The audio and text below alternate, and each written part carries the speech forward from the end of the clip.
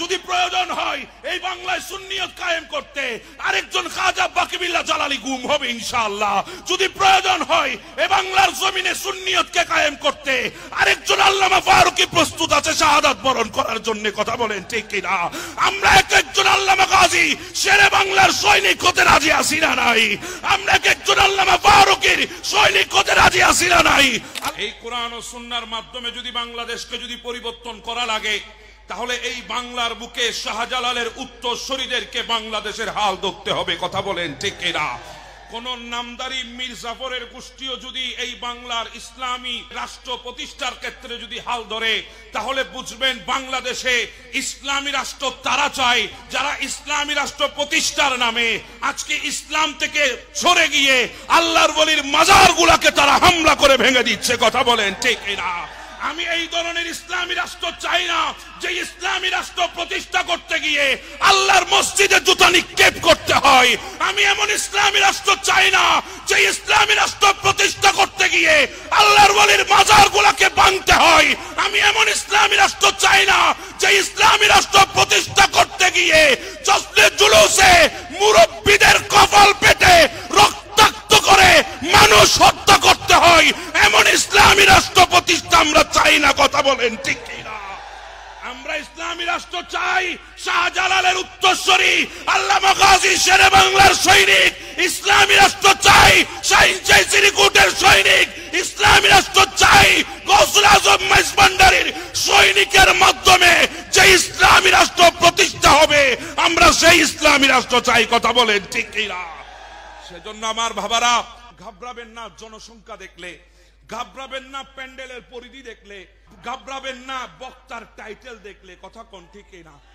আমাদেরকে তো বলে মাজার পূজারি, আমাদেরকে অপবাদ দেয় মাজার পূজারি, আমাদেরকে অপবাদ দেয় বাবা পূজারি, আমাদেরকে অপবাদ দেয় পীর পূজারি। আজকে বাংলার 18 কোটি মানুষ দেখেছে আসল পূজারি কারা।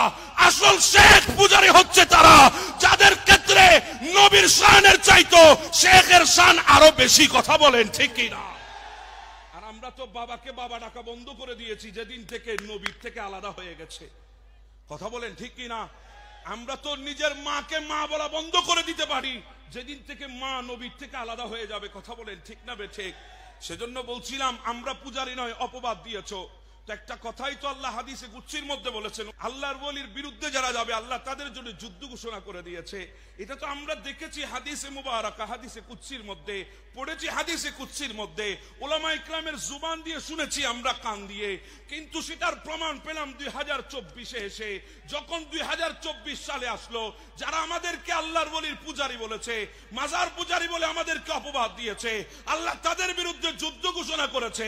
অপবাদ যখন মাজার পূজারি বলে দিয়েছো, আল্লাহ তাদেরকে মাজার তো দূরের কথা ওই মন্দিরের পাহারাদার বানিয়ে দিয়েছে। কথা বলেন ঠিক কিনা? তো সেজন্য বুঝতে হবে আমাদেরকে ভয় পাওয়ার কোনো কারণ নাই। প্যান্ডেলের পরিধি দেখলে চমকাই যাবেন না।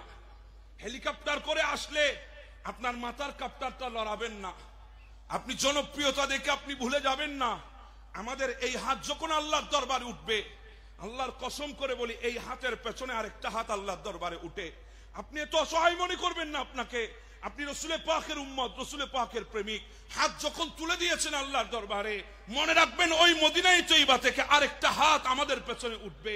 রাউজায়ে আতহারের ভেতর থেকে আরেকটা হাত আমাদের পেছনে উঠবে। হ্যাঁ, গুনাহগার আমরা হতে পারি। আল্লাহর দরবারে যখন তওবা করব পেছনে আরেকটা হাত উঠবে। এজন্য তো আল্লাহ বলেছেন লাওয়াজাদুল্লাহ তাওয়াবার রহিমা। ও নবীর উম্মত, তোদের হাত যখন উঠেছে, তোদের পেছনে যখন মুস্তাফার হাত উঠেছে, যত বড় গুনাহগার হও আমি তোমাদেরকে মাফ করে দিয়েছি, আমি তওবা কবুলকারী হয়ে গেছি। সুবহানাল্লাহ। এজন্য ভয় আমাদের পাওয়ার দরকার নাই। কথা বলেন ঠিক না? কারণ আমাদের ইতিহাস দিবালোকের মতো স্পষ্ট ইতিহাস। আমরা জান দিতে প্রস্তুত তখনও ছিলাম, এখনো আছি। ঈমান তখনও বিক্রি করে নাই আমাদের মুরব্বীরা, আমরাও করব না ইনশাআল্লাহ। কথা বলেন ঠিক না বেঠিক? জান দিতে তখনও প্রস্তুত মুরব্বীরা ছিল, এখনো আমরা আছি। ভয় পাবেন না, কারণ এটা হলো শাহজালালের বাংলাদেশ। যদি প্রয়োজন হয় এই বাংলার জমিনে আবারও সুন্নিয়তকে যদি কায়েম করতে, আবারও যদি প্রয়োজন হয়, তখন আল্লামা গাজী শেরে বাংলা আরেকজন মার খাবে। কথা বলেন ঠিক না বেঠে? যদি প্রয়োজন হয় এই বাংলায় সুন্নিয়ত কায়েম করতে, আরেকজন খাজা বাকিবিল্লাহ জালালি গুম হবে ইনশাআল্লাহ। যদি প্রয়োজন হয় এই বাংলার জমিনে সুন্নিয়তকে কায়েম করতে, আরেকজন আল্লামা ফারুকী প্রস্তুত আছে শাহাদাত বরণ করার জন্য। কথা বলেন ঠিক কিনা? আমরা এক একজন আল্লামা গাজী শেরে বাংলার সৈনিক হতে রাজি আছি না নাই? আমরা এক একজন আল্লামা ফারুকীর সৈনিক হতে রাজি আছি না নাই? আল্লাহ আমাদের কিতার উপর ইস্তেকামত রাখেন।